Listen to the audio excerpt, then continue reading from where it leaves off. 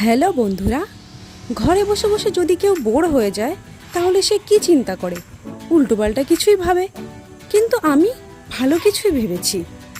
100 days 100 destination. আর আজ আমাদের প্রথম দিন। আর এই প্রথম দিন আমরা চলে এসেছি মহাপ্রভুর জন্মস্থান মন্দিরে। এটা হলো এই মন্দিরের মেইন গেট। এখান দিয়ে ভেতরে আসার পর সামনেই দেখতে পাবে ছোট্ট সচী মাতার একটি মন্দির।